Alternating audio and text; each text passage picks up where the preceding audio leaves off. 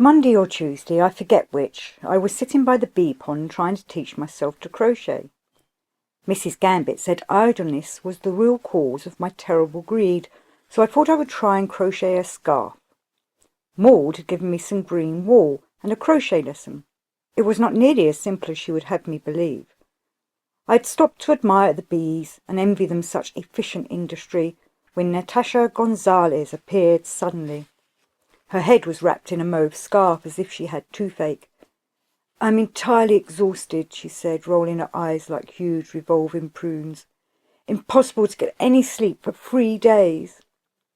"Perhaps Mrs. Gambit would give you some sedbriol, if you asked her." "I believe it is very effective," I said kindly. Natasha clasped her head and groaned. "Sedbriol, but of course you do not understand. I am dizzy with sleep, only I dare not close my eyes because of the rats." This gave me a shock. I was always terrified of rats and mice. "How dreadful," I said. "Are there rats in your bungalow?" "Enormous rats," said Natasha. "I would say these rats are almost as big as spaniels, so of course I dare not sleep. They might gnaw off my nose." "How horrible," I said nervously. "Mrs. Gambit ought to keep cats. She could keep a dozen cats here quite comfortably, and they are such beautiful creatures. Rats and mice can't even stand the smell of cats." "Mrs. Gambit has an allergy to cats," said Natasha. "They give her pimples." "What nonsense!" I exclaimed. "There is nothing so clean as a healthy pussy. When I was at home, I wouldn't have slept without my cats for anything." "Mrs. Gambit," said Natasha emphatically, "would not touch a cat to save her life. She wouldn't have a cat near the place. There is no other remedy but rat poison. I shall ask her to buy me some packets of last supper rat poisoning. It is the most virulent, and they die almost at once." "If they are really as big as spaniels and die under the floorboards, you'll be stunk out of your bungalow in no time." "I will sacrifice myself to get rid of such frightful creatures," said Natasha. "Besides, it is better to smell them than have my nose gnawed off." "Not that I want to interrupt," said Georgina, poking her head around the jasmine bush, "but I haven't seen a mouse or rat since I arrived here 10 years ago." "Vipress!" exclaimed Natasha. "I advise you not to talk to Georgina Sykes. She is a dangerous, immoral and malignant woman." Wrapping her mauve gauze scarf tightly around her lower jaw, she pointed a short forefinger at the jasmine bush. "Vipress!" she hissed through the scarf. "Poisonous reptile!" She took herself off, still vituperating. Georgina sauntered into the clothes and sat down. "Objectively speaking," she said, "Natasha Gonzalez stinks. I have my own little pet name for Natasha. I call her Saint Rasputina. All that tale about the rats was absolute poppycock. She was lying. Rasputina would sell her mother to the white slave traders to get a bit of publicity. She has a power complex like Hitler. She invents rats as big as spaniels, just as she invents cosy chats with saints as tall as telegraph poles. It all comes to the same thing, power and more power. It is a jolly good thing for humanity that she is shut up in a home for senile females." "I hope you are right about there being no rats here," I replied. "I've always been afraid of rats and mice, although I believe I am fond of most animals." Georgina suddenly stared curiously at my crochet scarf. "Talking of animals, is that a jerkin for a grass snake you are knitting?" Georgina could hardly be expected to guess it was a scarf. Still, it was obvious that I was doing crochet work, not knitting. "No," I said, slightly nettled, "it is not." "Where did you get such nauseatingly green wool? It makes my dentures chatter." "There are times when you are far too critical, Georgina. Maud Summers very kindly made me the present of this nice green wool, and I think it has a pleasant springtime colour, like early chestnut leaves." "I hope you don't intend to wear it eventually," said Georgina, ignoring my reproach. "You would look like Noah after he was drowned in the flood. Green is not your colour. You are far too green as it is." "Surely you don't expect me to look like a debutante?" I asked. "Besides, Noah was not supposed to have drowned. He had an ark, you know, full of animals." "Everybody knows that the whole Bible is inaccurate. True, Noah did go off in an ark, but he got drunk and fell overboard. Mrs. Noah went aft and watched him drown. She didn't do anything about it because she inherited all those cattle. People in the Bible were very sordid, and a lot of cattle in those days was like a bank account. Georgina got up and threw her cigarette end into the bee pond. It fizzled unpleasantly. "Where are you going?" I asked as I enjoyed Georgina's conversation. "I'm going to read a novel so you can go on knitting your beastly sock." She stalked off with a certain creaking elegance, leaving a faint scent behind her which reminded me of Rue de la Paix. A postcard arrived for me by the evening post. It was a colourful picture of the Welsh Guards and a goat marching into Buckingham Palace. "Madame, in fine metal, we watched the croquet finals yesterday. Very exciting match. Both rather tired. Madame sends her regards. Truly, this finds you as it leaves us in G health. Yours truly, B. Margrave." Margrave was most kind the way he kept me informed of Mother's health. Taking an interest in sport at the age of 110 was really admirable. But when Mother's life had been a great deal easier than my own. Ever since she left Ireland at the age of 18, Mother had lived a constant round of dizzy pleasure. Cricket matches, shooting parties, jumble sales, shopping in Regent Street, bridge parties and face massage at Madame Pomeroy's, an unfashionable beauty parlour just off Piccadilly Circus. The fact that Mother never quite caught up with fashion was part of her charm. We always arrived too early or too late for everything. Arriving in Biarritz, I remember, in a snowstorm in the month of February. Mother took the weather as a personal insult. She believed the Riviera was on the equator, snowfall in Biarritz, convinced that the poles was changing places and the earth was falling out of its orbit. We were the only clients in a hotel as big as Victoria Station.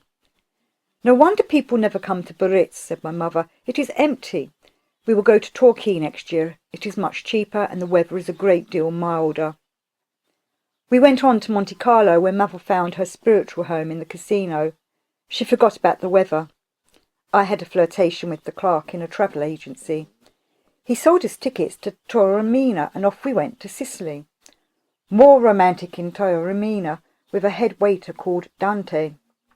He sold us a very cheap painting by Friar Angelico, which did not turn out to be authentic and was therefore not as cheap as we thought. But the weather was now beautiful and the bougainvillea in full bloom. Back we went to Rome and admired Italian officers with hats like coal scuttles and gorgeous blue cloaks. We drove out to the catacombs in a baroque. We trudged around St. Peter's and admired Michelangelo's dome. Mother was not satiated with art and decided we must go to Paris and buy clothes. "Parisian clothes," said Mother, "are famous all over the world." So we arrived in Paris and went shopping in Au Printemps. Mother was disappointed. She wanted to buy brown satin knickers, but they were nowhere to be found. "We might just as well be in London," said Mother, who bought a sailor hat which didn't really suit her. "I could find all the things in Regent Street at half the price." We went to the Folies Bergère, as Mother thought I was now old enough to see Miss Getty. "All those naked women bore me. The Greeks did it years ago," said Mother, who was still annoyed about the brown satin knickers. The following evening we went to the Bal Tamperin, which we both enjoyed. I danced with a very pleasant Armenian who telephoned me next day at the hotel.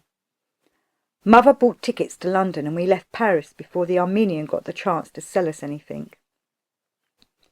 Back in Lancashire, I got an attack of claustrophobia and tried to convince Mother to let me go and study painting in London. She thought this was a very idle and silly idea and gave me a lecture about artists. "There is nothing wrong about painting," she told me. "I paint boxes myself for jumble sales. There is a difference, though, in being artistic and in actually being an artist. Your Aunt Edgeworth wrote novels and was very friendly with Sir Walter Scott, but she would never have called herself an artist. It wouldn't have been nice. Artists are immoral. They live together in attics. You could never get used to an attic after all the luxury and comfort you have here. Besides, what is there to prevent you painting at home? There are all sorts of picturesque nooks which would be delightful to paint." "I want to paint nude models," I said. "You can't get nude models here." "Why not?" replied Mother with a flash of logic. "People are nude everywhere if they haven't got any clothes on." Finally I did go to London to study art and had a love affair with an Egyptian. A pity I never actually got to Egypt, but thanks to my mother I did see most of Europe during my youth. Art in London didn't seem quite modern enough, and I began to want to study in Paris, where the Surrealists were in full cry.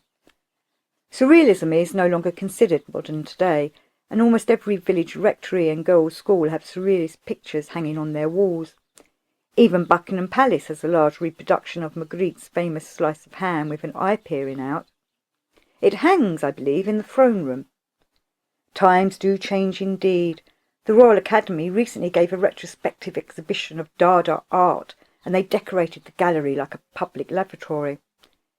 In my day, people in London would have been shocked. Today, the Lord Mayor opened the exhibition with a long speech about 20th century masters, and the Queen Mother hung a wreath of gladioli on a piece of sculpture called Naval by Hans Arp. How my mind runs on, or rather backwards. I shall never get on with my narrative if I can't control these memories. There are too many of them. Well, as I said before, I can't actually remember the day of the week the following events took place. It may have been Monday or Tuesday, Wednesday, Thursday or Friday. I do not believe it was a Sunday. However, it all started about the period I received the postcard from Margrave. I was looking through the kitchen window in an offhand way, wondering if perhaps there was nobody about and hoping to pick up a snack. Unfortunately, Mrs. Gambit was sitting in the kitchen shelling peas. One thing, however, struck me as most peculiar. Mrs. Gambit was sitting with a large yellow tomcat on her knees, which she was stroking tenderly. Now, anyone with an innate horror of cats does not let them sit on their lap, even less address them in terms of endearment. All Natasha had said about rats and Mrs. Gambit came back to my mind. Full of curiosity, I walked into the kitchen and offered to help shell the peas. "Sit down," said Mrs. Gambit. "I am pleased to see that you are struggling against idleness." "That is a fine tomcat," I said to Mrs. Gambit. "A lot of people dislike cats, although I prefer them to almost any other pet." "I love cats," said Mrs. Gambit. "Dear Tom always sleeps on the end of my bed, as if he would like to cure my sick headaches. He's nearly always in my room, though because cats often wander off if they are given too much liberty." "That must be why I didn't see him before," I said. "Do let me hold him for a while. It is so long since I stroked a cat." Mrs. Gambit thought, no doubt, that I was getting too familiar, so she changed the subject of the conversation. "We have cooking classes once a week," she said.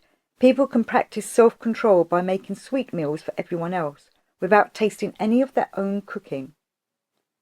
To me this seemed positively sadistic, but of course I did not dare tell Mrs. Gambit my real opinion. I merely asked if we used recipes or did, so to speak, creative cooking. "People are at liberty to cook anything they like. Of course the ingredients count as extras, so in consideration of your families we do not go in for anything extravagant. Some people use cookbooks, although personally I think it is preferable to make things from memory. It prevents rusty minds. All effort is useful in the work." I used to be able to make some very tasty dishes, French cooking, you know, although pastry baking was never my strong point. "Pretension in the kitchen is no better than pretension in the drawing-room," replied Mrs. Gambit. "Besides, your family have not shown any desire to pay extras. Our cooking budget is far too high to allow gifts of expensive foodstuff merely for the sake of showing off your capacities." Here Mrs. Gambit gave me her agonised smile, and I considered myself dismissed. I left the kitchen feeling frustrated without being able to stroke the tomcat. The cooking classes started shortly after this incident, and that is how Natasha came to be making chocolate fudge one afternoon. The fudge was already cool when fate saw fit to send Mrs. Gambit a visitor. She hurried off to the drawing-room, leaving Natasha and Mrs. Von Tuck alone in the kitchen. Actually, I was not taking part in the fudge-making. I was merely an interested spectator standing outside the convenient kitchen window. Natasha said something to Mrs. Von Tuck, who went over to the door and looked out. They could not see me, as a fuchsia bush made me invisible from the door. She joined Natasha again at the table and nodded. Natasha took a nail file from her pocket and drilled holes in about 6 cubes of fudge. Then she opened a packet and emptied the contents into each portion of the hollowed-out sweet meal. Then both ladies warmed the scooped-out fragments of fudge in a saucepan and poured the liquid over the holes as if they had never existed. The whole process did not take long, and they seemed to be in a hurry. Natasha wrapped the fudge full of the packet contents in a piece of wax paper and hurried out of the kitchen, saying something to Mrs. Von Topp, who nodded again and gave a tight smile. I crouched near the wall so that Natasha did not see me as she walked quickly past. A second later, Maud extricated herself from behind the honeysuckle opposite me and stalked after Natasha. Now Maud could not possibly have witnessed the strange scene in the kitchen, so I had to suppose her reasons for lurking in this region were much the same as mine. I let both Maud and Natasha get a start, and then I took a shortcut which led me behind Natasha's igloo, where a low grille afforded a good view inside. Natasha entered the igloo, put the fudge in the top drawer of a chest of drawers, and covered it with what looked like underclothing. She had her back to the door so she could not see Maud, who poked her head in and watched the whole proceedings, then disappeared before Natasha had time to turn around. I was able to follow Natasha back to the kitchen without being seen by way of the bee pond. As I was armed with my hearing trumpet, I could overhear the following conversation near the fuchsia bush. "Well, hello, Georgina. I'm so glad to have the opportunity of a word with you alone," came Natasha's voice. "We mustn't go on snubbing each other like two silly girls." Georgina grunted and mumbled something I couldn't catch. Natasha replied with a sort of giggle. "I've been playing truant and hidden some fudge in my bungalow," she told Georgina. "I thought I would invite you to a little feast so that we can kiss and forget about our past difficulties." "All right," said Georgina, "as long as we don't have to kiss. What you have might be catching." "Ah," Natasha laughed merrily, "you have a real English sense of humour, Georgina." All this was most surprising. I strained my trumpet so as not to miss anything. "Sorry I can't return the compliment," said Georgina. "You see, too many saints." "Perhaps I take my gifts too seriously. One never knows when they might be withdrawn. You, Georgina, may be the next to hear holy voices." "God forbid," said Georgina fervently. "Well, I really must get back before Mrs. Gambit notices my absence," said Natasha. "Tonight I shall creep into your gay little tent and bring something to eat. À tout à l'heure, Georgina." They separated. I heard Natasha give a happy laugh while Georgina, walking off in the other direction, seemed to be uttering some sort of profanity. I walked back to look out very pensively, wishing that Carmela was there to discuss all these strange events. I passed near Natasha's igloo just in time to see a figure slip out of the door and disappear into the garden. Maud's dainty blue muslin blouse was unmistakable. She had obviously been at the hidden fudge. Although I did not feel too happy about the whole business, I cannot say that I was actually alarmed. My mind works too slowly to jump to conclusions, and when I did actually understand everything, it was too late. In the meantime, a meeting with Christabel Burns took my mind away from the fudge, so I think that I am not entirely to blame for not warning poor Maud in time. Now, if Christabel Burns had not been a negress, I might never have noticed her constant, silent activity. A negress, however, was so exotic amongst us that one could not help finding her romantic. Many of us had tried to draw her into conversation, but she was always too busy, carrying covered trays to and from the tower, or sometimes bath towels and other linen. These constant journeys to and fro made me compare Christabel to a solitary, hurrying ant, especially as she had a large posterior and very thin arms and legs. On this particular occasion, however, Christabel was not carrying anything. She was actually sitting on a bench near Lookout, with her hands folded neatly in her lap. "Good evening, Mrs. Leatherby," she said with her elegant Oxford accent. She came from Jamaica, and her father had been an eminent chemist, I learnt later. "Good evening, Mrs. Burns. How nice to see you take a rest for a change." "I was waiting for you, Mrs. Leatherby," she said. "The time has come that we must have a little talk." "Delighted, Mrs. Burns," I replied, sitting down beside her. "I have often wanted to talk to you, but you always seem to be so busy." "The time was not ripe," replied Christabel. It was necessary that you should first take full stock of your surroundings. Are you happy here, Mrs. Liverby? This was a difficult question to answer, as I'd ceased thinking in terms of happiness for some time. I said so. You're really quite wrong, she said. Happiness has got nothing to do with age. It depends on capacity. I am exactly twice your age, and I may say that I am very happy indeed. I added up 92 and 92. Christabel claimed to be 184. This hardly seemed probable, but I didn't like to contradict her. So you see, she continued, happiness is not reserved for young people. There is nobody that can make you happy. You must take care of this matter yourself. However, Mrs. Liverby, I do not envisage an abstract discussion. I will come straight to the point. Why are you so inordinately interested in the oil painting in the dining room? I was so taken aback by her question that I took quite some time to get my mind in order, and I did a lot of mumbling. Christabel waited patiently. Finally I said, since the painting is hanging exactly in front of me in the dining room, and since the helpings of food allowed by Mrs. Gambit are so small, I managed to finish them immediately. I had plenty of leisure to contemplate it. That is hardly an explanation, said Christabel, because sitting exactly in front of you and much nearer and larger than the painting is Mrs. Von Tock. Why do you not contemplate Mrs. Von Tock? I prefer to look at the painting. Also, it would be rude if I sat and stared at Mrs. Von Tock all during meals. Besides, I am very interested in the nun represented in the painting. You can't possibly object to that. Of course, I do not object, Mrs. Liverby. You must excuse my abrupt questions. They are by no means intended to be aggressive. Well, since you ask, I find the winking nun has a peculiar and indescribable expression on her face. This keeps me wondering who she was, where she came from, why she perpetually winks, and so on. In fact, I think about her so often that she has become an old friend, an imaginary friend, of course, I said. So you feel she is your friend? You feel she is sympathetic?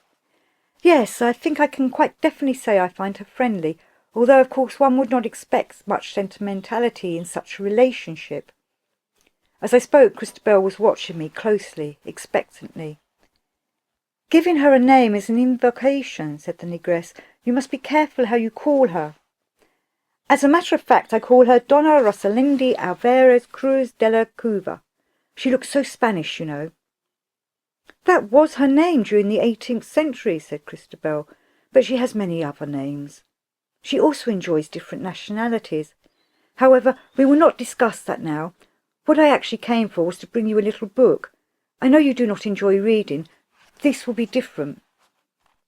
The book was bound in black leather. On the title page I read, Donna Rosalinda de la Cuva, Abbess of the Convent of Santa Barbara of Tartarus, canonized in Rome 1756, a true and faithful rendering of the life of Rosalinda Alvarez. That is most extraordinary, I told Christabel. Really, how could I possibly know her name when I'm sure I never heard it? Undoubtedly you must have read her name somewhere. It is written 929 times throughout the building. It would be extraordinary indeed if you had missed reading it. The first page of the little book was decorated with a motif of pomegranate leaves and swords. The paper was buff-coloured with age.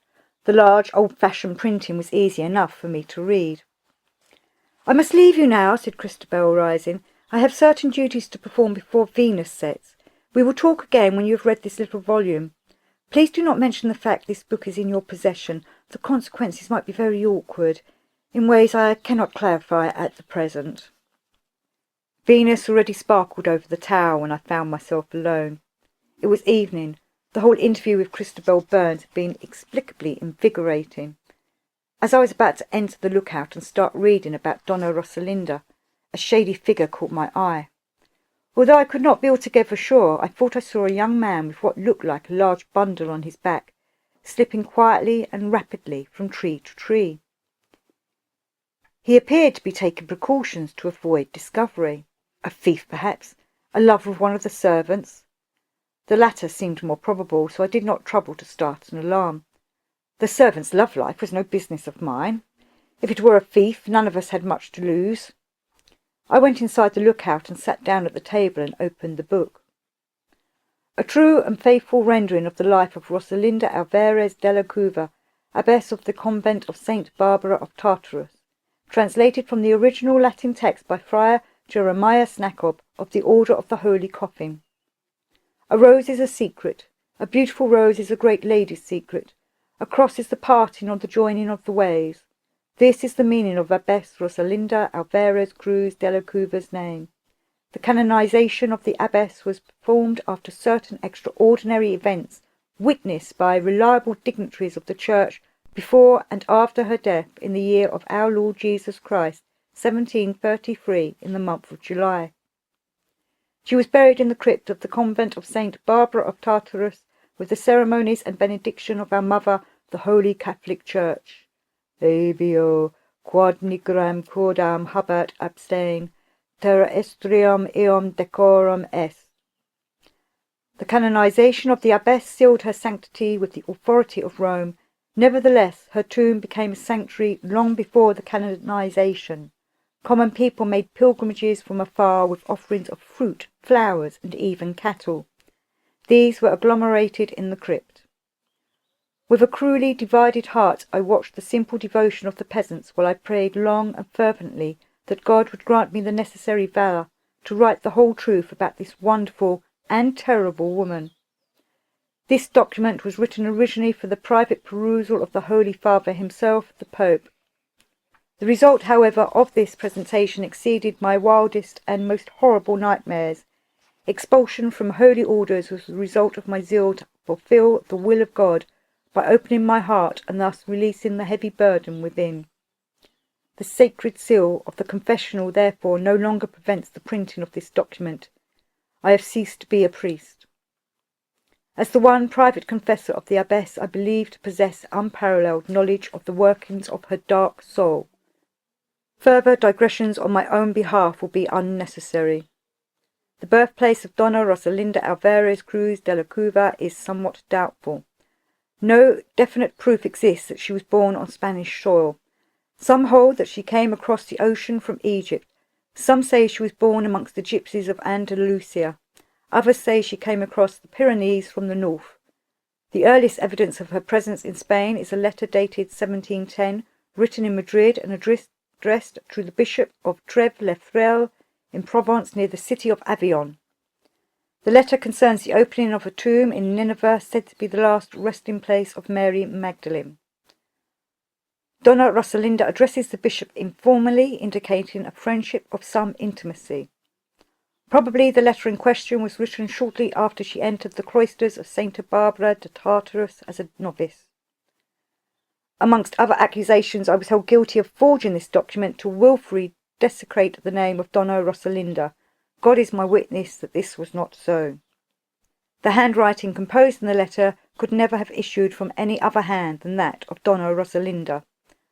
Moreover, her own personal seal of crossed swords and pomegranates was deeply engraved at the beginning and end of the letter. Here I must insert an arbitrary extract from Rosalinda's letter, which will no doubt become more comprehensive after I have related certain events later in her life. The extract from Donna Rosalinda's letter to the bishop reads as follows. So, mon gros pigeon, understand that it is imperative that you dispatch a courier immediately to Nineveh, that he should barter for the precious liquid. Lose no time, as interest has already been quickened in certain quarters in England. The tomb is no doubt the genuine burial ground of Mary Magdalene. The ointment which was found on the left side of the mummy may very well release secrets which would not only discredit all the Gospels, but which would crown all the arduous work we have shared during recent years. What do you say to that, my fat wild boar?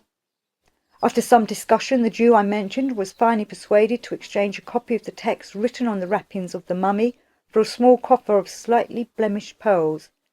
By the will of our great mother, the writing happened to be in Greek, and as you well know, I had no great task to read this script.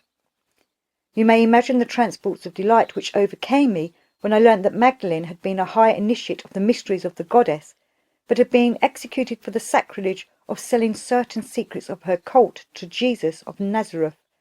This, of course, would explain the miracles which have puzzled us for so long. The properties of the ointment were carefully enumerated, through the exact recipe for mixing this elixir was most unfortunately omitted. No doubt the precious ointment had been buried with the mummy with all Magdalen's personal riches. The secret nature of the text forbids me to send you a copy by the hazards of a courier, as it might fall into the hands of enemies. News will take some time to travel from Nineveh, and by then I devoutly hope the contents of the tomb will be safely in our possession. Do not tarry over this most essential matter, and hasten to dispatch trusted servants to Nineveh. Should it be in any way possible to make the journey yourself, do not hesitate to leave at once, taking whatever barter you see fit. In the meantime, I am ingratiating myself with the lady abbess of the convent in order to precipitate my power over the other nuns. My long meditations and devotional exercises have already impressed her favourably. It will not be very long before I take my final vows. How heartily you will laugh when you read this. We will soon be undermining the Vatican itself. My position here is not sufficiently stabilised to send for my books, and I chafe cruelly at hours of precious study wasted in church. However, the ancient art also claims its price, and for my part I feel I am putting gold in the coffers each dreary hour spent kneeling on the hard stone floor. So, my dear rampant wild pig, think of me at each meal eating black bread and drinking water whenever you want to eat a dozen pheasant pastries too many, and fall under the table glutted. This would be excellent to control the growth of your great belly, which will certainly kill you before your time. I also advise the seduction of less adolescence for you to may wear out your sap and become a dotard before you are a magician. Now, with your Grace's permission, I shall give a short account of the small failings of Our Lady Abbess, so that you might eject the poison from your system with some heavy mirth. Donna Rosalinda then exposes some irreverent anecdotes which are so offensive to a Christian mind that I refrain from putting them down here. The convent of Santa Barbara was at that time under the direction of the abbess Donna Clemencia Valides de Flores Trimestres. This venerable lady was from an excellent old Castilian family, renowned as stalwart supporters of the church, and honoured by Rome with the star of Saint Ermintrude. During the first years of her life in the convent, Donna Rosalinda was conspicuous for her piety and strenuous penitence. The sounds of flagellation brought admiring groups of nuns outside the doors of her cell. At times she would kneel all night in the chapel repeating Ave Marias on her rosary. During high mass she would constantly fall into ecstasies, and would have to be propped up by prayer dias that were rigid and stiff as a board. Nuns suffering from various ailments soon invoked her help, believing that the mere touch of her hand was enough to alleviate pain and disease itself. Rosalinda, who had extensive knowledge of herbs, installed a small dispensary in the convent where she performed many successful cures. I am now tempted to think that Rosalinda's prayers were more in the nature of incantations, and that she was well versed in witchcraft before she ever entered the convent.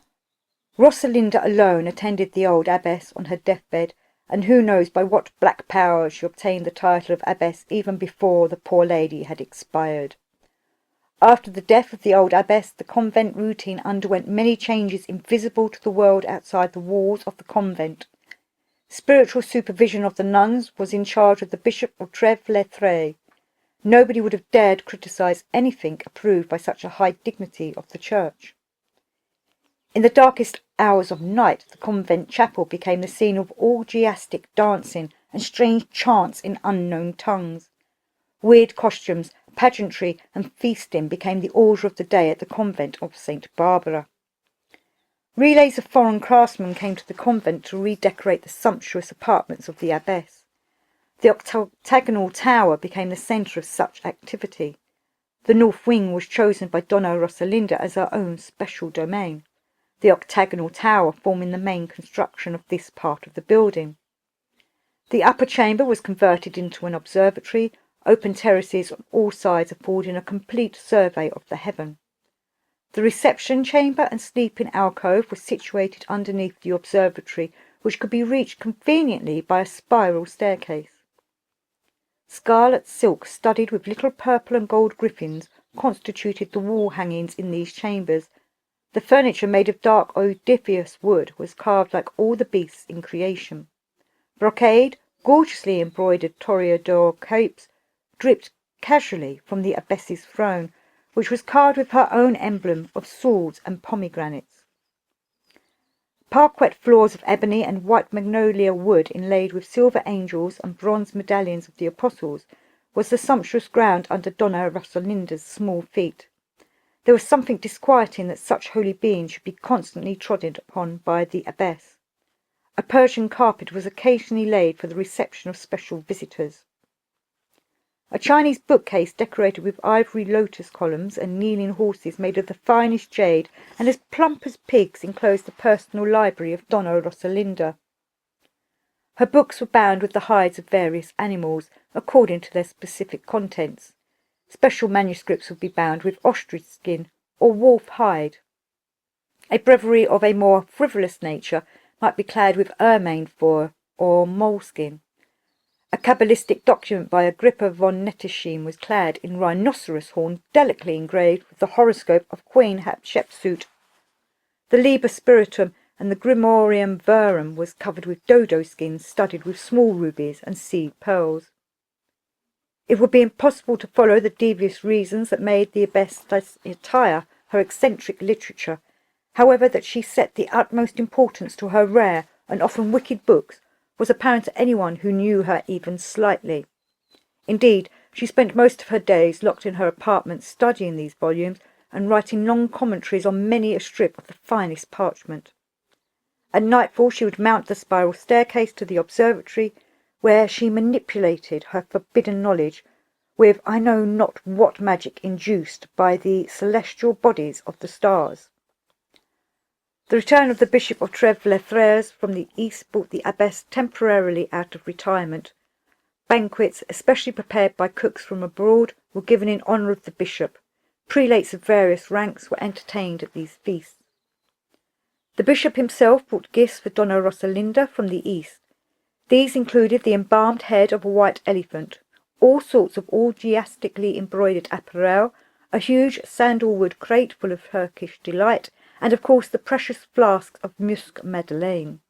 The ointment, said to have been excavated in Nineveh and found beside the mummy of Mary Magdalene herself. This powerful aphrodisiac was no doubt responsible for the supposed miracles attributed to the abbess after her death. A report from Mother Maria Guillerami informed me of the following extravagant occurrence of which she was eyewitness through the ample keyhole of Donna Rosalinda's apartments. The keyholes later on became obscurium per obscurios after two nuns were blinded in one eye by a silver needle poked through the opening by the ever perspicacious abbess. They saw Rosalinda and the bishop inhaling Musc de Madeleine, and by some process of enfleurage becoming so saturated with the vapours of the ointment that they were surrounded by a pale blue cloud of aura which apparently acted as a volatile element on solid bodies. Thus the bishop and abbess were wafted into the air and were suspended, levitating over the open grate of Turkish delight with which they were both gorged. Modesty forbids a full account of the disgusting acrobatics which were then performed in mid-air. At that period I was too intimidated by the august dignity of the bishop to question the matter any further. During a certain period, after the return of the bishop, Donna Rosalinda would occasionally give demonstrations for the edification of the rest of the community gathered in the chapel for that purpose. She would turn a luminous blue and levitate over the altar, while the nuns swooned over the overpowering vapours of Musc Madeleine, which invaded the entire chapel. The orgies which followed these demonstrations are far too horrible to set down with honest ink. Occasionally, and much against my will, I was obliged to participate myself through a natural reverence for my superior, the bishop. About the time of the feast of Corpus Christi, the abbess received a dispatch which threw her into a state of great agitation. This document, which is still in my possession, reads as follows. His Royal Highness Prince Fetius Zosimus, who is just debarked on Spanish territory, sends his most attentive homage to the Lady Abbess Donna Rosalinda Alvarez Cruz de la Cuva of the convent of Santa Barbara de Tartarus, and begs to inform her that he has come to Spain with the determination of reclaiming 21 flasks of ointment, Musk Madeleine, which is his rightful property, and which he bought for the price of 15 camels, 100 weight of wheat grains, and 6 Angora goats. The caravan of His Highness was savagely attacked near Nineveh by what His Highness mistook for a band of local ruffians. His painful surprise was therefore unlimited when he learnt from a spy sent after the bandits that the corpulent leader of the assassins was none other than the Bishop of Trèves-les-Frères. With some expense and diligence, His Highness was informed that the ultimate destination of the said ointment was the convent of Santa Barbara de Tartaras, Castilla, Spain. His Royal Highness Prince Vettius Zosimus has no immediate intention of marching belligerently on the convent, as he feels assured that the goodwill and excellent reputation of the Lady Abbess will suffice to return the property of His Highness. His Highness therefore begs to inform the Abbess, Donna Rosalinda Alvarez Cruz de la Cuva, that she may expect a friendly visit from the Prince himself and certain courtiers within a few days and nights, the time in fact that it would take to travel from the Mediterranean coast to the hills of Castilla. Prince Vettius Zosimus will be honoured to be the guest of the Lady Abbess for a few days' respite before returning to his own country with all the 21 full flasks of the ointment Musk Madeleine, enclosed in sealed earthenware jars. The Prince offers his most graceful compliments to the Lady Abbess, etc. This epistle was sealed with the image of a rampant sea unicorn and the words Nulla aqua fit cals, nissa illa qui fit de monorosaurus aqua nostrae. These were the arms of the royal house of Vettius Zosimus. After a lengthy audience with the bishop, the abbess summoned her coach, and taking certain provisions for the journey, left the convent the same evening. The secret nature of her mission obliged her to wear a disguise of a bearded nobleman, dressed with rich but discreet velvets of midnight violet trimmed with sable, and frilled at the throat with lion-coloured Irish point lace, very rare in Spain at that time. The coach had been especially constructed for secret missions. It never emerged from the convent during daylight, so it was little known in the neighbourhood. The interior was fashioned after the usual luxurious tastes of the abbess: scented sandalwood padded with jewelled antelope skin, cushions and curtains of lemon-coloured silk embroidered with swords and pomegranates, in silver and gold thread, seed, pearls, opals and rubies. The exterior of the coach represented a deceptively simple aspect. It was sheathed in silver leaf and bore no ornamentation other than a wreath of mermaids and pineapples around the roof. The coach was drawn by 2 magnificent Arab mares, white as milk and incomparably swift. Accompanied by a single trusted servant and the coachman, the intrepid abbess sets out on her nocturnal journey towards the south. 90 hours had scarcely passed before Donna Rosalinda intercepted the hired coach carrying the prince. His Highness was guarded by only 2 outriders, having left a small army of Moors at Granada to await orders. The outriders were speedily dispatched by Rosalinda's servant Don Venancio, one of the finest swordsmen in Castilla. In a short space of time, the abbess held the prince captive in her own coach, and the white mares were turned on the road back to Santa Barbara of Tartarus. The prince was so young and comely that the abbess refrained from doing him any bodily injury.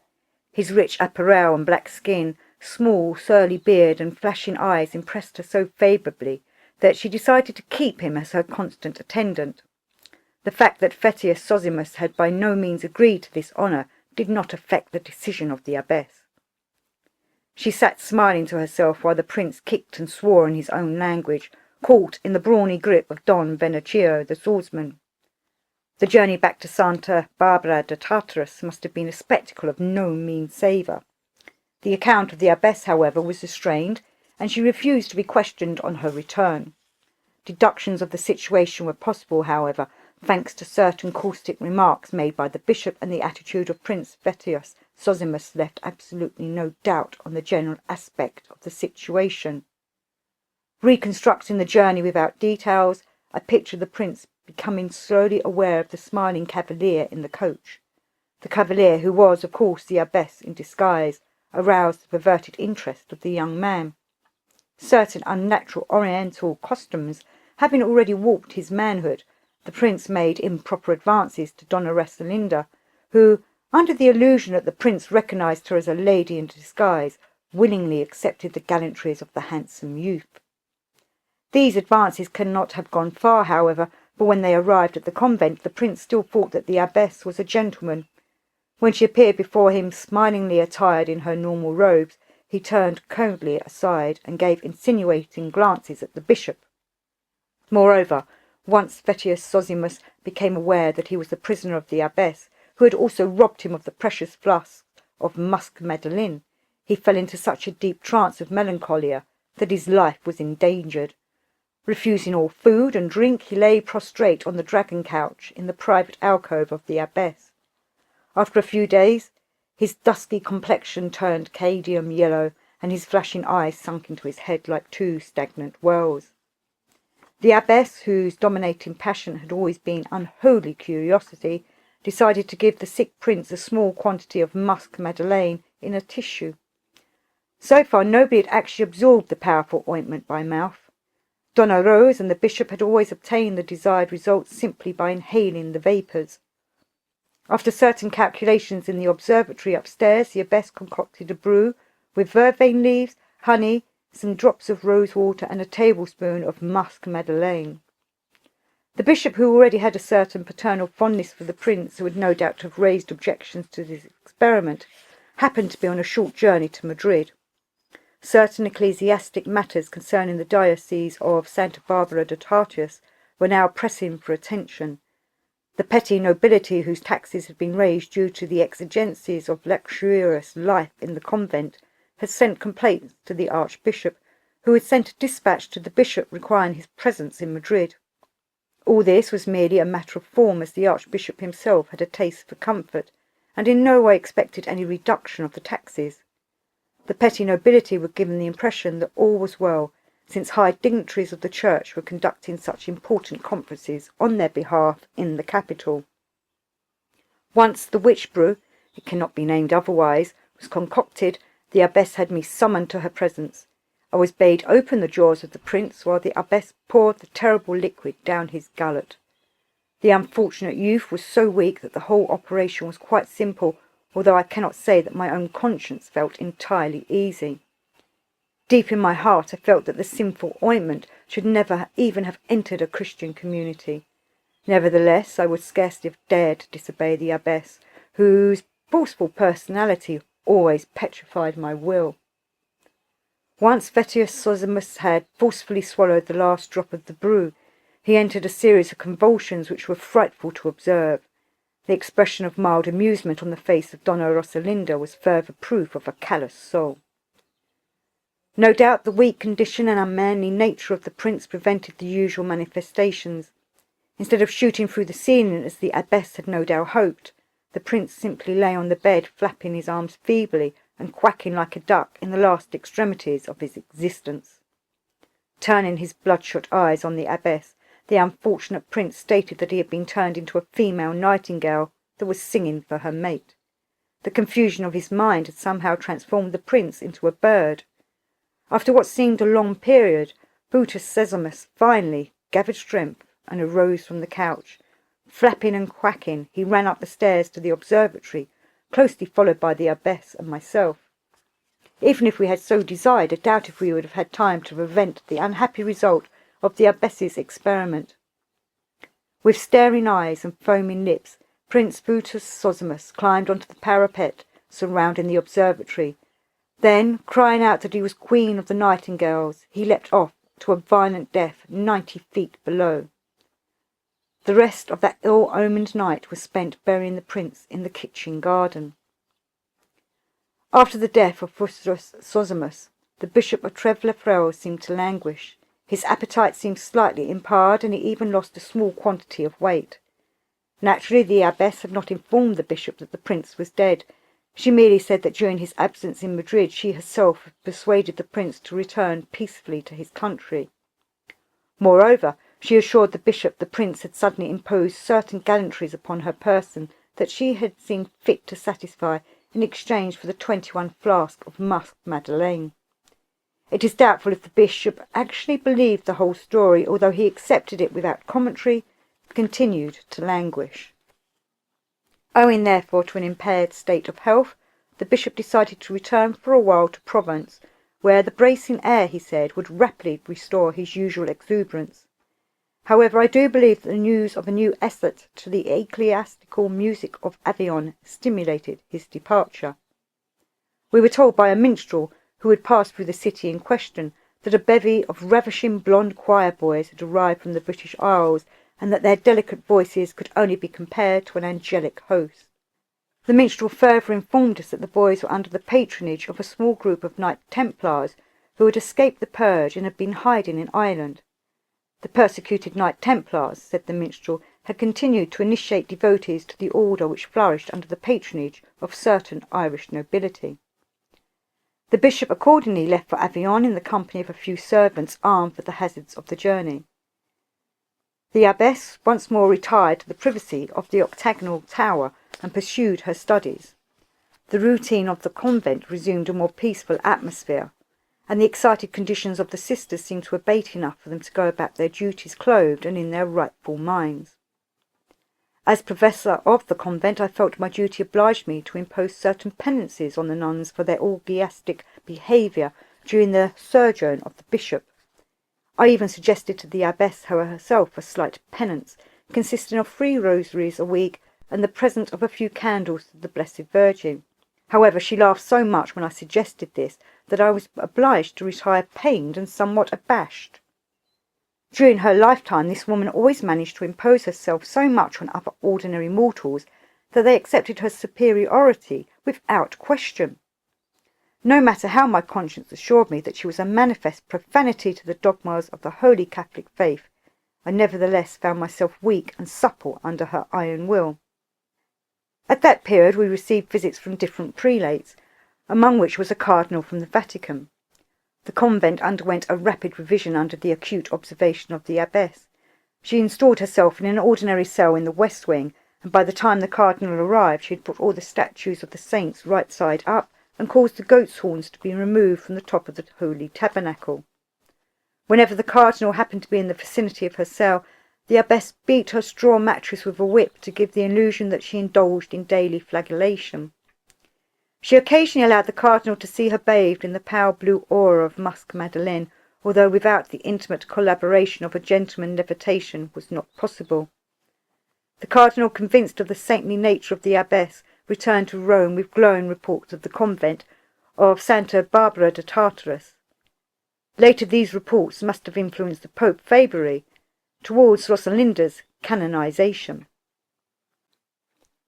Sunt enim plerici libri adeo obscurae scriptae, ote solis octoribus sui percipiantur. If this quotation referred to the human soul instead of books, I feel it would apply very nicely to the abbess of Santa Barbara. To this day I doubt very much if it would be possible for an ordinary human being to penetrate the labyrinth of Donna Rosalinda's heart. Summer and winter passed before we received news from the bishop. It was during the Ides of March when the first dispatch arrived from Avignon. Donna Rosalinda had been uncommonly restless since early January, and had been taking numerous nocturnal rides in the mountains under her usual disguise, a gentleman of nobility with a short reddish beard. I had sought to discourage these excursions on the grounds that some wandering peasant might one day see her enter the portals of the convent. My admonitions were of no avail, however. She would careen into the night, mounted on her black stallion Homunculus. The fiery steed would return to his stable, staggering with fatigue and lathered from head to rump after these extravagant rides. Some secret torment seemed to drive the abbess far into the night, where she tried in vain to quiet her inner turbulence by riding Homunculus unmercifully enough to break his stout heart. Whether she reached this degree of inner agitation because of a lack of progress in her esoteric studies, or whether it was merely due to boredom, was impossible for me to know. A small incident at that time had caused murmurings amongst the peasants, Some stray dogs had dug up the corpse of Prince Zosimus and had run into the hamlet carrying different portions of his already decomposed body. The morsels of bone and flesh were, however, still recognisably human, and the local magistrate had shown some interest in the original identity of the corpse. It is possible that the abbess used this embryo scandal as an excuse for her ensuing journey, although I think the real reason concerned her own interior unrest, and of course the missive from the bishop, which ran as follows: Gracious Rosalina, Flos eres ores, or should I say, esteemed abbess. You are no doubt expecting news of my death and burial, since so many moons have passed since my departure, and I have neither written nor sent verbal messages. My days and even nights have been spent in such continual and strenuous activity that I must pray you to find pardon in your heart for omitting to send news. Upon my departure I had not intended such a long sojourn in Avignon. As you know, I merely intended to recuperate my health and spirits in the bracing air of Provence and stimulate the soul with angelic music from young throats. My immediate proposition was thereby a speedy return to Santa Barbara de Tartarus, in order to continue to strive towards our mutual goal. The fact that I have remained so long is entirely due to events here which have taken such an extraordinary turn. Our triumph in the art may indeed depend upon our success here in Avignon. You will not doubt remember that the minstrel who first brought news from Provence made indirect allusions to the order of the Knights Templars, and actually went so far as to insinuate their presence in this city. Certain Nordic choir boys under their tuition being the vow, so to speak, for a possible Templar centre in France. We all know the uncanny power of minstrels to derive news from any place they passed, so the idea that the fellow in question was in possession of such facts was not unduly surprise you. Let me return to the first few weeks of my arrival in Avignon. After an exceptionally tedious journey, I spent a few days of retreat in the palace at Tres-les-Frères. These days were passed prostrate in my own downy bed, which was a paradise indeed after the jolting coach. You know how very tender my posterior region becomes after long exposure to a hard seat. Bertha Louise attended my delicate condition with her usual tender care, and concocted a marvellous aromatic oil with which she massaged this almost paralysed region of my body. I was obliged to lie on my face for 48 hours before I felt the possibility of reclining on cushions to take refreshment. Game being plentiful this season, I was luckily able to stimulate my failing strength with roast partridges, wild pig cooked in excellent local wine, young venison, and stuffed woodcock. Finally, I felt strong enough to negotiate a few leagues as far as Avignon in order to refresh my soul with artistic enjoyment in the form of elevated music. As you know, song is the food of the soul, and I was impatient to get to the cathedral to hear the Nordic choir boys sing mass. I will not enter into a lengthy ecstatic description of those gentle singers. Let me say simply that if they indeed resemble angels, then let me enter paradise and frolic amongst the cherubims. Such delicate fair skins and innocent blue eyes. Their pure trilling song transformed the mass into an experience of pure delight. This, my dear Rosalinda, is something I feel sure you have never experienced. After a few superficial difficulties and slight trials, such as dining with the Archbishop, I was soon able to get an introduction to the singers, and therefore I opened my small palace in Avignon, where I took up my abode. On various occasions I entertained the whole choir, who were willing to give short recitals of Gothic chant for the edification of the other guests, people of quality from local properties. I was, of course, obliged to give them some remuneration, and this took a rather heavy toll on the gold I obtained in the East. The expense, however, was not long in bringing its reward, in the form of what I might describe without exaggeration as a celestial friendship. One of the elder boys discovered the usual adolescent's impediment in his vocal cords, and was thus unable to take part in the choir. I therefore undertook his spiritual instruction, and gave him a permanent apartment in the palace. This boy, I may say, is not only exceptionally beautiful and formed like a young Adonis, but also a gifted poet. The Irish people, I am told, are often favoured with a gift for verse.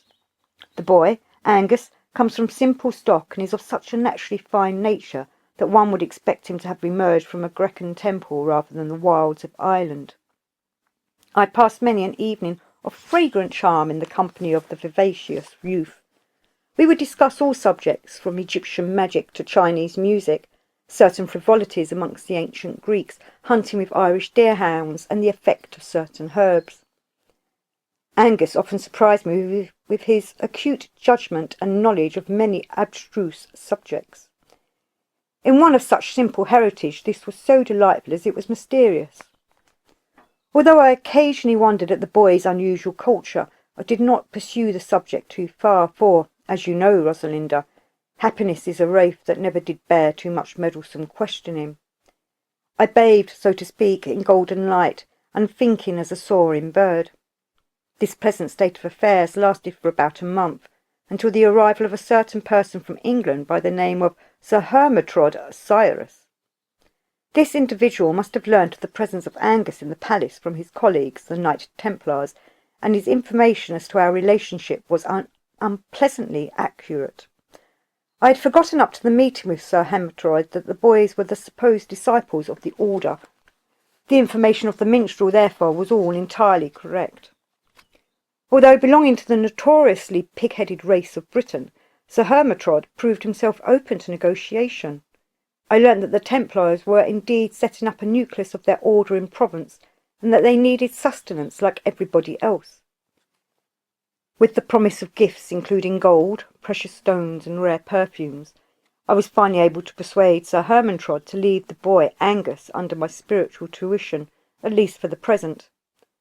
My tactful persuasion gave fruits, and I learnt a certain amount about the mysterious brotherhood from my protégé. It appeared that since the persecution began, a number of Knight Templars had fled under cover, and part of their number had found hospitality in Ireland.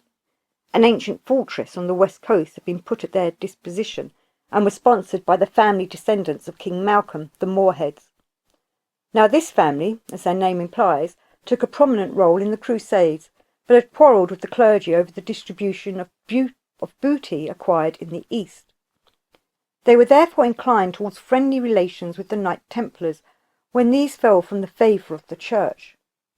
Secretly the order flourished and grew in Ireland. Initiates were accepted from noble families, and occasionally from commoners showing a favourable disposition towards the exigencies of the Templars.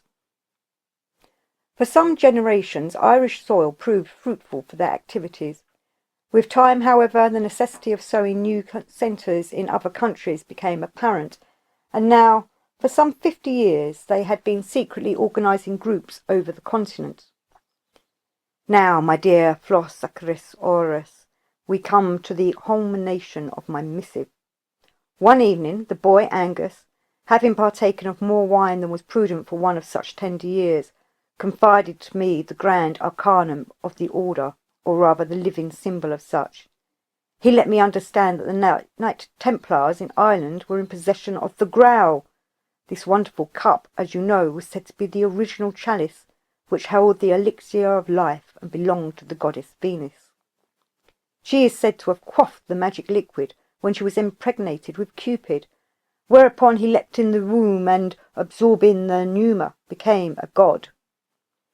The story follows that Venus, in her birth pangs, dropped the cup, and it came hurtling to earth, where it was buried in a deep cavern abode of Epona, the horse goddess. For some thousands of years the cup was safely in the keeping of the subterranean goddess, who was known to be bearded and a hermaphrodite. Her name was Barbarous. It is possible that you have heard the legend before. I must say I find the name most striking, through obvious associations. The goddess Barbarous was worshipped as the life-giver, or womb, and her priests were generally supposed to be chosen hermaphrodites. Seth, the son of Noah, was supposed to be the first to march upon the sanctuary of this goddess. The priests were murdered, and the Graal was stolen, the sanctuary desecrated. According to the legend, the Graal lay in the hands of the tribe of Seth, and was stolen in turn by the Knight Templars during the Crusade. Later stories sprang up around the Graal, and its magic was erroneously attributed to Christian sources. Whatever the truth may be concerning the great antiquity of the Graal, its wonderful power is beyond any doubt, and certain precise indications make me believe that what Angus told is true. Geri mutus rossacerum, you will at once appreciate the necessity to at least see the wonderful cup, and if possible to restore it to the goddess Barbarus, or should I give her a more recent title? Who knows that this might be a means of eventually returning stolen property to the original owner, Venus. I advise you to place a deputy abbess at the head of the convent, and set out soon for Avignon. I can promise you a comfortable suite in the palace and a cuisine which will, at least, rival that of the convent. We may be obliged afterwards to travel to the Knight Templars' fortress in Ireland, so bring ample provision for the journey. Although the Grail may already be in France, I doubt if it would be moved before they are living under settled conditions. Take care to provide yourself with plenty of cushions for the journey, unless you want to sleep on your face for a week after you arrive. The roads are truly execrable. Ever your tender admirer and sole brother in all that mutually binds us together, Bernard, Bishop of Trèves-les-Frères. Before her departure, the abbess hid the flask of musk Madeleine. Although I searched the whole convent later on, I never could find the remaining flasks of ointment. Now I know that she must have hidden them in the crypt under the church where she was eventually buried. At that time it did not occur to me that the tombs of past abbesses of the convent could be the hiding place. Also a certain terror of the sinister vault kept me, no doubt, from considering that place as a possibility. So after careful preparation the abbess donned her disguise and left in the silver coach drawn by the 2 white mares. An outrider, mounted on Hermanuculus, the black stallion, accompanied the coach. Sister Teresa de Gastelum Xavier was appointed deputy abbess. This nun was the personal attendant of Donna Rosalinda, and entirely devoted to the eccentric abbess. Teresa de Gastelum Xavier probably came from Moorish stock, and had a dark complexion and morose, secretive ways. She installed herself in the octagonal tower, and it was extremely difficult to gain access into the abbess's apartments without her knowledge. With a certain amount of diligence I did succeed on various occasions to get in and look through Donna Rosalinda's personal effects, and in this manner came to be in possession of certain written documents and letters, which helped to give insight into the character of the abbess. As the convent confessor, I considered it my duty to keep informed as far as possible of the happenings concerning Santa Barbara de Tartaros. Donna Rosalinda was naturally the main focal point of my interest. Vulgar curiosity in no way stimulated me. I was merely performing my duty as the spiritual director of the community. Mystery surrounds the journey of the abbess, who was absent for almost 2 years. She must have spent more than half this time in the west of Ireland, near the fortress of the Knights Templars, if not within the stronghold itself. Knowing the diabolically astute nature of Donna Rosalinda, I am inclined to believe that she did indeed manage to spend a considerable time inside the fortress. Although how this difficult feat was performed it is impossible to say. Probably no one but the Bishop of Trèves-les-Frères suspected that the bearded cavalier was really the abbess. At least not for some time, and whoever did eventually discover her female identity kept the secret, otherwise Donna Rosalinda would never have left Ireland alive. The condition of the abbess, when she did finally return to Santa Barbara de Tartaros, left no doubt whatever that one person at least knew her to be a woman. I say a person, although considering the incredible events around the death of the abbess, I sometimes recoil with a nameless doubt. After the abbess was dead, I did happen to come into possession of a scroll which was written in Hebrew, and which I was finally able to translate with the help of a Jew who traded spices in Madrid. This scroll was accompanied by another document in Latin which evidently referred to the sojourn of Donna Rosalinda in Ireland, and most likely to her stay in the fortress of the Knights Templars. Here I give both documents, the first being the translation from the Hebrew. He, the sinner, shall not be absolved by expiations, not by the lustral waters of sea and river. He called Set of the tribe out of Egypt shall be called unclean throughout the ages, until the cup of Pneuma shall return unto the daughters called Aruf of Tartarian. That all his Set iniquities shall be atoned for by the submission of his soul to the female foreign stranger, otherwise translated as Barbara, who shall once more replenish the cup with holy pneuma by a ritual joining in to the yellow or golden horned god, keeper of the most holy vessel. At the beginning, the two spirits which are known as twins are the one female and the other male. They established at the beginning life, the pneuma, and the holy cup to hold the pneuma.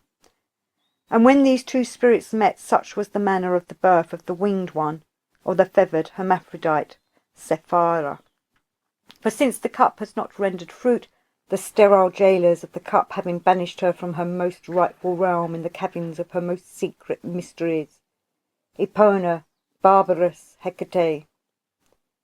And the children of the planet will forget and not find the path of the years, and will forget the new moons and the seasons, and they will go wrong as to all the order of time and of the running bodies in the heavens. They will thus perpetuate abominations, for the cup lies empty and sterile under the rule of Set, who is Jehovah, the Revenger. And when the 3 moons rise together and obscure the light of the sun, there will be lamentations and gnashings of bones, for they have forgotten their origin, and no longer know the roots of the tree. Behold, the wise one is robber of her holy vessel, which lies in bondage of the sterile brothers, which lies empty and forsaken of the most miraculous pneuma. Woe unto the children of earth who worship a trinity of men, woe unto the sterile brothers who have torn the cup from her keeping.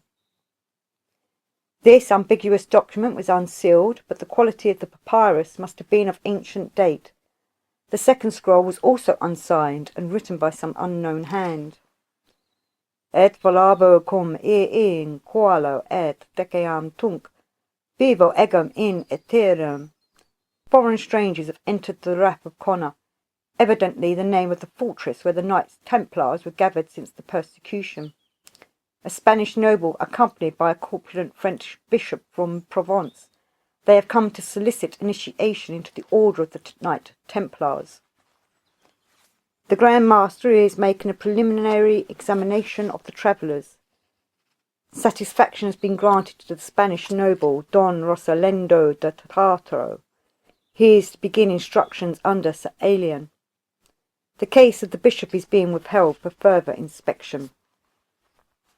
The Rath of Connor has been shaken by an earthquake, and the community is just regaining an orderly routine which was thrown into chaos from the shock. A subterranean murmur is still audible from the bowels of the earth. The rumours from underground still prevail and are said to issue from the vault where we keep the Arcanum. The Grand Master has called a general assembly in the octagonal chamber. We believe the subterranean murmur is connected with the Arcanum. The Grand Master will no doubt illuminate us further on the alarming occurrence. A wandering bard seeking shelter has just arrived at the Rath of Connor. He calls himself Taliesin. The Grand Master has informed us that the vault of the Arcanum is to be opened after being sealed for the last 200 years. This momentous decision was taken last night after a conference lasting for 5 hours. The bard, Taliesin, has kept us amused with humorous songs of the earthquake. He has improvised a ballad telling that the Arcanum has stirred in its sleep because of the arrival of a lady. This made us all laugh merrily. No woman has entered the Rath of Connor since it was donated to us by the Order of the Moorheads. Tonight we are to draw lots in order that fate shall decide who shall enter the dreaded vault alone and unaccompanied according to the tradition. Sir Sean of Life is to be the first Knight Templar to enter the vault of the Arcanum, since it was sealed by Sir Rufus 200 years ago, after the mysterious death of 12 Knights of the Order.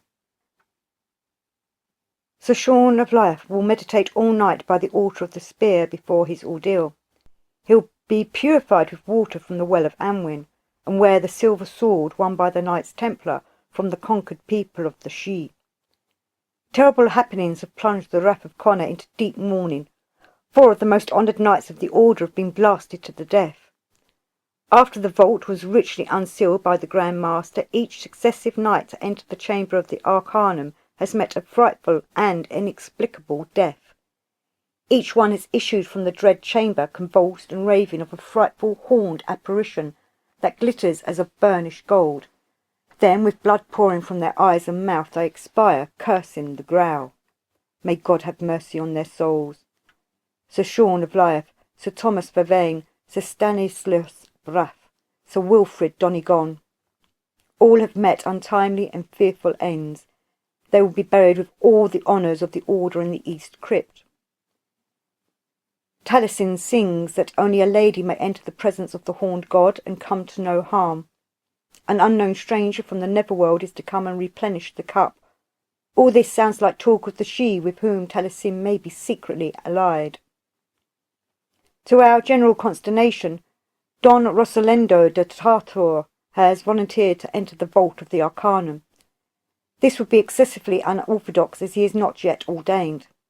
However, since this brave cavalier will be unlikely to survive the adventure, general opinion is in favour of allowing him a glorious death and ordination on the deathbed. Taliesin sings a curious rondelay which sounds like advice for Don Rosalendo. It is increasingly probable that the bard had dealings with the she, although this would be impossible to prove. The refrain of his rondelay bids the Spanish cavalier carry something to strike and cut and bind. He then refers to something feathered to be born, which may mean some kind of bird. Don Rosalendo has entered the 12-hour meditation in his own apartments. He has solicited the use of the silver sword of the she, a willow branch and a length of rope. He will carry a small flacon of a substance he refuses to name and which is of his personal property. He carries 7 flacons of this substance in an ebony casket engraved with luminous unicorns. We are anticipating the death of the brave Spaniard with heavy hearts. Et inventur in omni loco, et in qualibus temporor et abud, omnium ram, cum inquisito aggravat inquiriantum. The Spaniard has emerged alive from the dreaded vault. The triumph of a layman over ordained Knights Templars is causing much discussion. 6 knights and the Grand Master witnessed the entry of Don Rosalendo Tatora into the Arcanum chamber, where he passed 3 whole hours behind closed doors. Finally he emerged, smiling, unscathed, and emitting a pale blue light. He still bore the she sword and the willow branch, but the flacon and cord has been left behind in the chamber.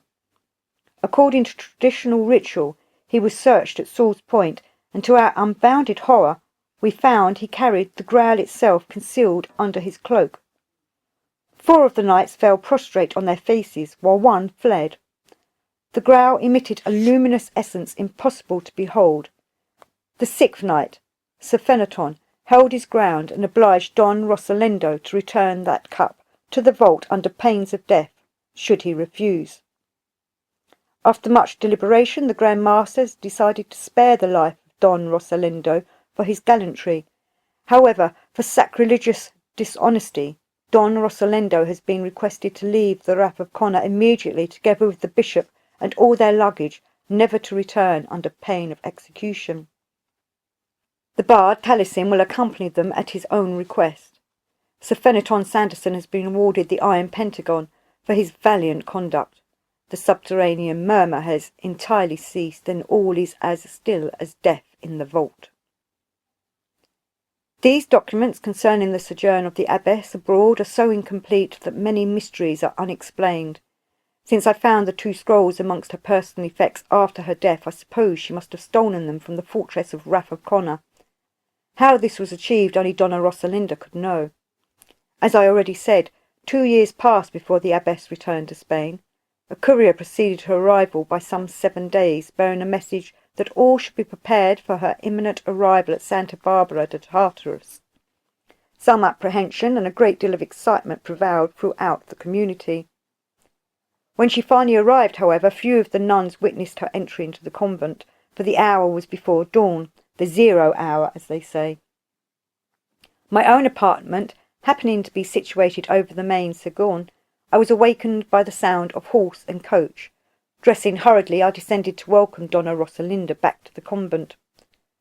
Although the abbess was swathed in a long dark cloak, it was impossible to mistake the fact that she carried an enormous belly, at least twice the size of an ordinary pregnancy, and in the 9th month before delivery. When the servants had transported all Donna Rosalinda's effects into the octagonal tower, she herself retired inside, walking slowly and laboriously. Mother Gastelum de Xavier attended her during the last 3 days of her life. The third day I was summoned to the tower by Sister Fabiolina, who had taken the responsibility upon her own shoulders to call me, having fallen into a state of collapse on having witnessed the terrible events in the tower. The abbess was lying in her death agony. The hour was midnight. I still shake with ague when the terrible sight returns before my mind's eye, for Donna Rosalinda, who had always been a thin woman, had swollen to such a monstrous size as to resemble a small whale, and she had turned coal black. The swelling process had attained its utmost dimension, and she slowly floated into the air, where she remained suspended for a moment. Then a sudden quaking came over the body, followed by a report louder than any known cannon, and an explosion of such violence that I was thrown against the wall. All that remained of the abbess of Santa Barbara de Tartarus was a morsel of damp black skin, no larger than a pocket handkerchief, and this lay on the bed. Pungent fumes, so heavy as to resemble a thundercloud, and with a most dreadful stench, filled the death chamber. Reeling from the shock of this most awesome spectacle, I did not at once become aware of a small object or luminous body, suspended and flapping in the density of the fumes. A short period passed before I recognised a boy, no bigger than a barn owl, luminously white and winged, that fluttered near the ceiling. He bore a bow and arrows, but the penetrating light that issued from his body prevented me from a more detailed examination. The stench of the gases released from the dead abbess had now turned into a heavy and most exquisite perfume, like musk and jasmine. At this moment the terrified sisters, having heard the frightful explosion of Donna Rosalinda, rushed into the tower, accompanied by Monsignor Rodrigo Cepedida, a priest from Madrid. All they witnessed was the perfume, or odour of sanctity as they called it, and a momentary vision of the winged boy who disappeared up the spiral staircase into the observatory and was no more to be seen. Of course they took him to be an angel. The awkward fact that the abbess left only a morsel of dark skin as the remains of her mortal body did not deter the sisters from proclaiming her a saint. On the contrary, they held that she had ascended to heaven like the Blessed Virgin, leaving only an angel and the odour of sanctity behind. The scrap of skin was laid out amongst roses and lilies, and afterwards interred in a magnificent coffin big enough to hold 3 abbesses. The burial was performed in the convent crypt, which I believe I already mentioned. Monsignor Rodriguez Cepeda and 50 nuns had all witnessed the scene after the explosion of the abbess. Therefore any testimony I might have volunteered would never have returned their conviction that the miracles were indeed from heaven and not from the depths of hell, as I know beyond doubt. This document was written by Domenico Eucharisto Decios, ancient confessor of the convent of Saint Barbara de Tartarus, burned at the stake at the age of 97 by order of the Pope. Inti inimicos monstros, ventibimius corno, eti nomini tu supremi, insurgentius in nubis. Como furu nostrum Christius est ideum et nomen patris in cui adversaris nostri vel ventilantur, vel spermenuta. A footnote written in cramped writing and faded ink bore the following words: Petrificito, without which triumph of the opus cannot be attained, cup and pneuma for release of SS. And it hath changed my darkness into light, and it hath rent the chaos which surrounded me. Here ends the tractate of Donna Rosalinda. By hanging a blanket over the window, I was able to read the entire script without betraying the fact that the light was on well into the small hours of the morning. So this was the history of the winking abbess. I must say I was not disappointed, although I found her final disintegration somewhat depressing. During the narrative I had become affectionately attached to the intrepid and energetic abbess. The fact that the snooping priest, Domenico Eucharisto Decios, had done his best to portray her in a pernicious light hardly distorted the purity of her original image. She must have been a most remarkable woman. I longed to question Christabel Burns further. How, for instance, had the portrait of the abbess come to America, And why was it hanging here in the institution? I meant to question Christabel after sunrise, as soon as I could find her. Events turned out in such a manner, however, that I was unable to talk to Christabel for some days. Indeed, during this period, few of us would have considered any other subject of discussion than the dramatic circumstances which I am now to relate.